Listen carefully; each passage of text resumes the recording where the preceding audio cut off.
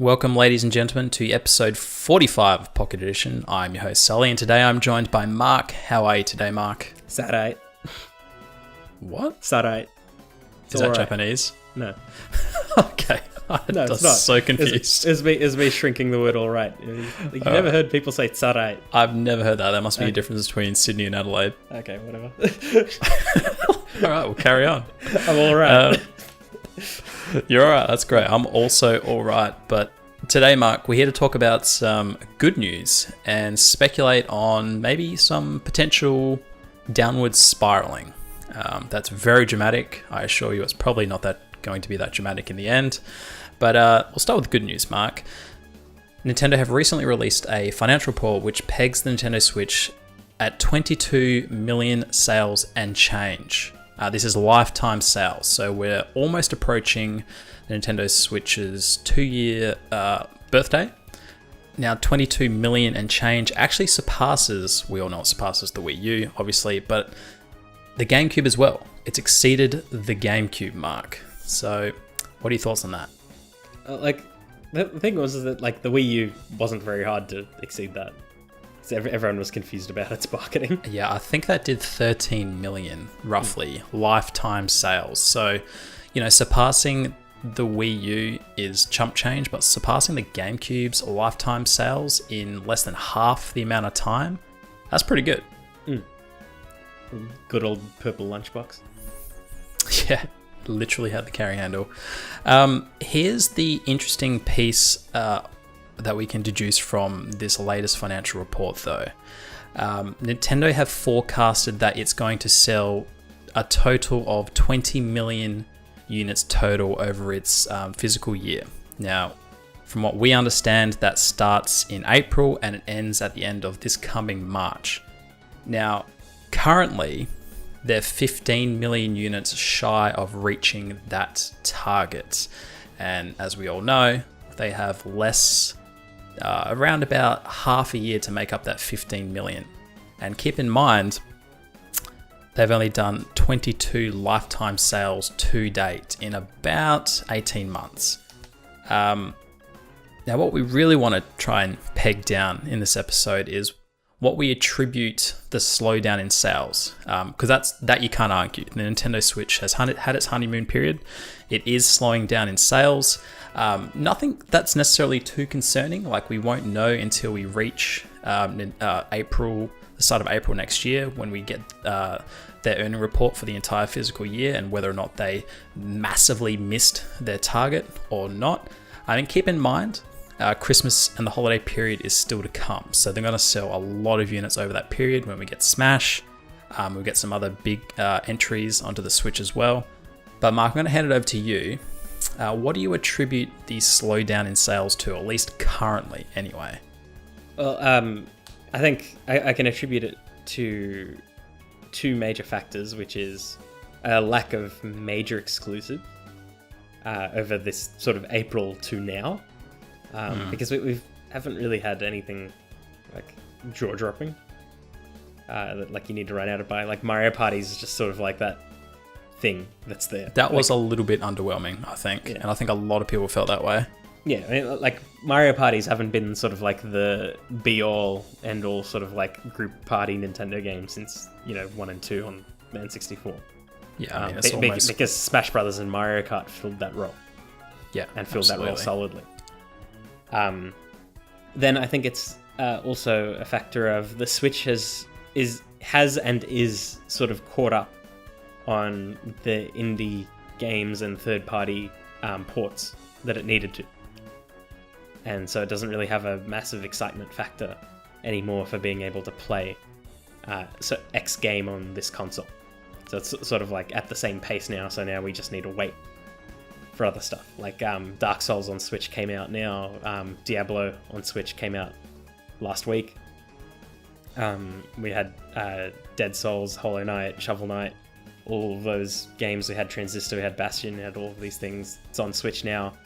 There's nothing really gigantic to look forward to, and then again, if you were looking forward to it, the Switch price might be a bit daunting to some, because if you had it on your Steam library, there's a pretty big difference to like a 3-year-old game on Steam to a current game on Switch.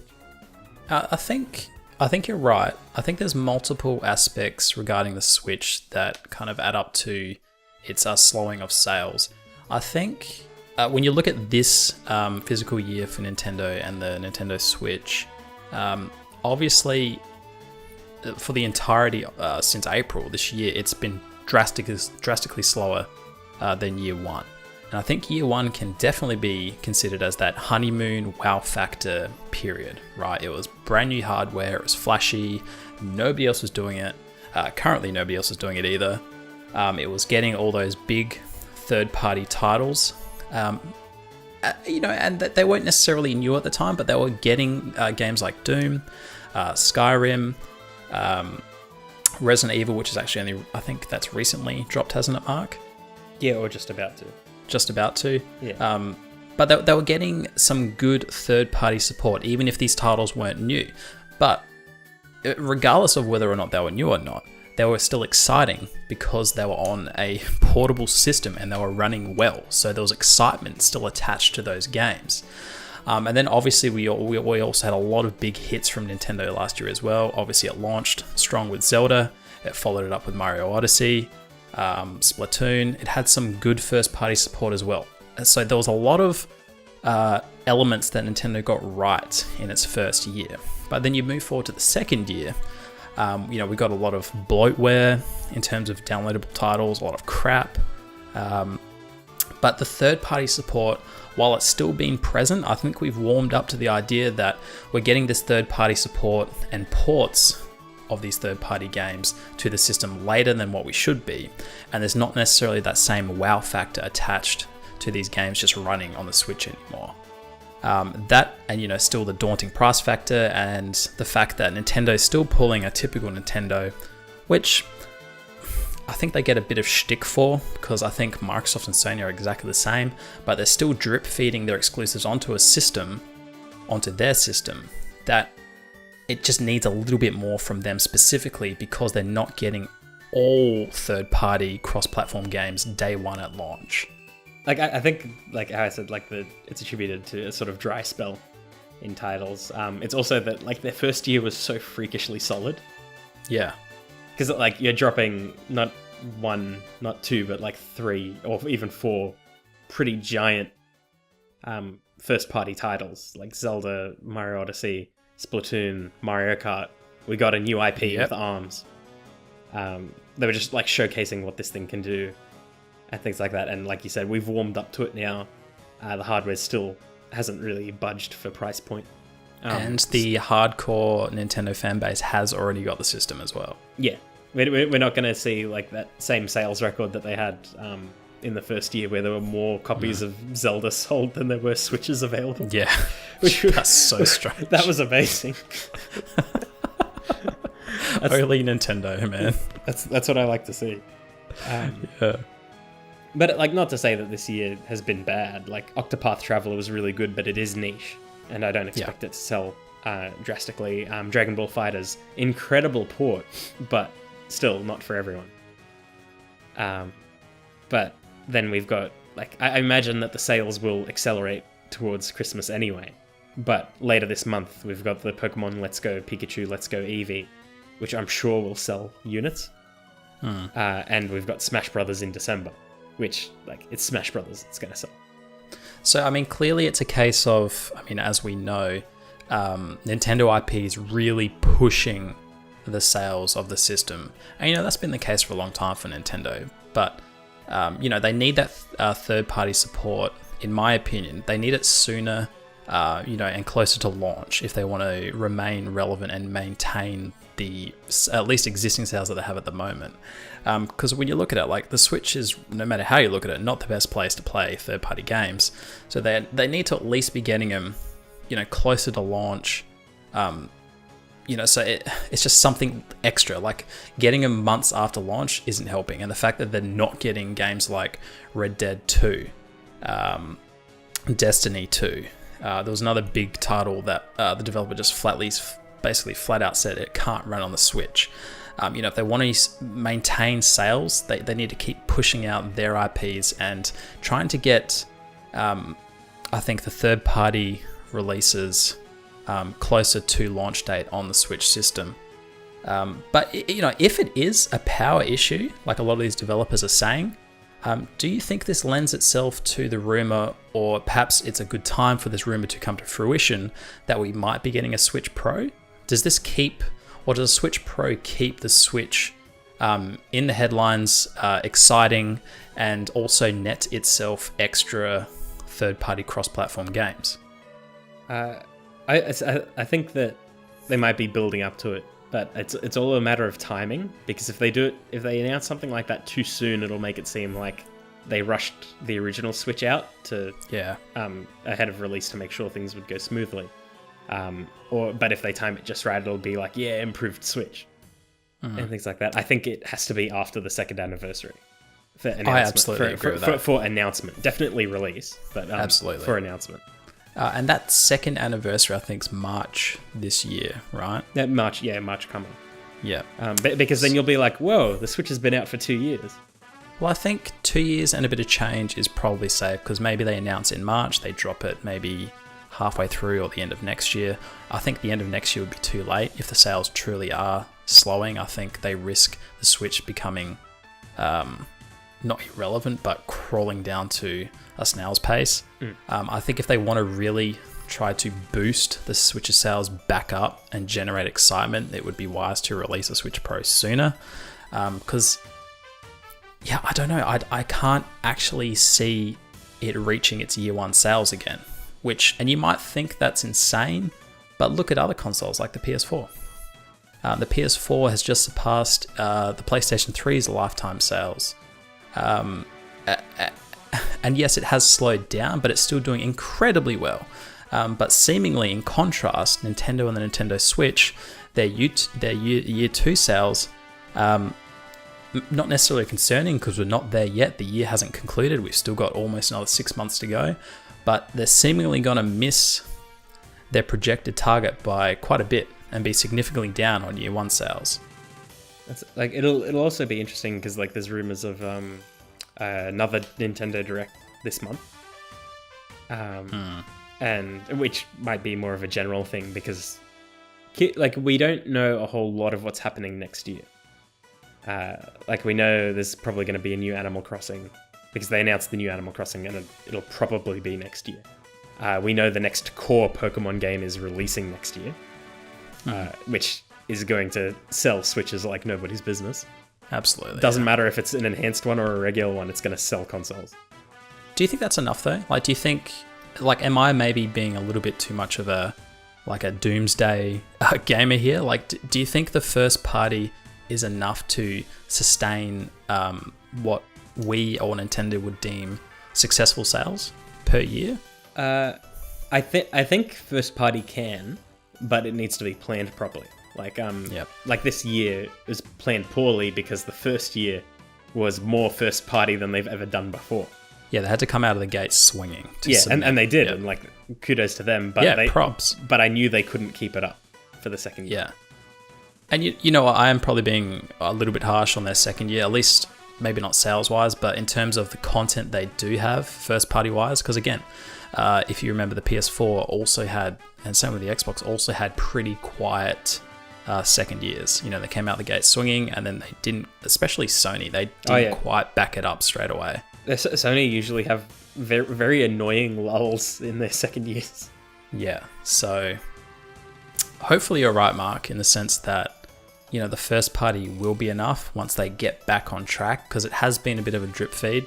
I really do feel like third party support, while it has been present, the wow factor's worn off, and I think they need to be getting it closer to launch date for all of these titles. And if we do get a Switch Pro, I think they need to be getting the real big heavy hitters on board, like your Red Deads, your Destinies. It can't always be a story of, here's a good portion of third-party cross-platform games, but you missed out on these because the hardware's just not powerful enough. And as we approach, again, another generation for the PlayStation, and we already have the Xbox One X, these base consoles, being the PS4 and the Xbox One S, that the Nintendo Switch doesn't even reach in terms of power. Like, the Switch is going to get left behind real quick in terms of power. So developers are going to be, from this point on, like, increasingly ever struggling to get their experiences onto the Switch. You know, if we don't get a beefed up version somewhere in the foreseeable future, hopefully soon. Yeah, and like, it'll be the thing of like, if it still sort of travels down the path that it is, or something similar, and if the enhanced one does add a bunch more third party, like Blizzard, I know, are interested in adding Overwatch to it, which I think would be fantastic. Yeah, definitely. But like, I think it might be a thing of Nintendo might try to coast more on it being a handheld again, because when you think about it, this stuff being handheld is still pretty freaking amazing. Oh, it's still an amazing piece of kit. And again, I'm painting a pretty negative potential outcome if, you know, things don't align the way I'm suggesting, which I might be completely wrong. Yeah. Because like you said, it still does have that other handheld side to fall back on. So it's always going to have those Nintendo experiences. It's always going to have those really cool portable experiences that you got with the 3DS that are now being developed for the Switch. That's still going to be present and existing. My concerns are definitely mostly grounded in third-party cross-platform titles. Yeah. But like, we'll see how it goes. I think it'll be interesting if they sort of either upgrade the tech, which they probably will, or elaborate on the thing that they're testing in Japan with Assassin's Creed Odyssey and Resident Evil 2, where you can stream the title. And I've seen gameplay of Assassin's Creed on Switch now. Very, very little difference between. Interesting. Like, it's even in English and everything. There's almost no difference. There's just slight texturing, and there's just like a few less bushes around. And I was like, Puddlegate? Yeah, and I was like, this is pretty impressive because I'm watching this handheld. Yeah, man, that's pretty cool. I mean, imagine if we got a Switch Pro, but we're still streaming, but with a 1080p screen. Yeah, that would be sick. That would be, you know, if you solve the latency issue and you have a 1080p handheld, like, whoa, that would be cool. Yeah, it'll be a beastly sort of thing. Yeah, that's a fan dream and a half. Maybe one day. Anywho, let's wrap her up. Let us know what you think down below in the comments. Am I being overly doomsday-y and overly negative, or am I just painting legitimate concerns? What are your thoughts on what's coming in the future for Nintendo? Their second year worth of titles that they've released. Was it underwhelming? Did it meet your expectations? Do you want a Switch Pro? Is it too soon? Let us know what you think down below in the comments. As always, if you've enjoyed this episode, please remember to rate, comment, and subscribe. If you're listening to us on any of the popular podcasting services such as iTunes and SoundCloud, come on over and check out our YouTube channel, where you'll find a variety of other content that doesn't make it to those platforms. As always, guys, have a good one, and we'll see you in episode 46.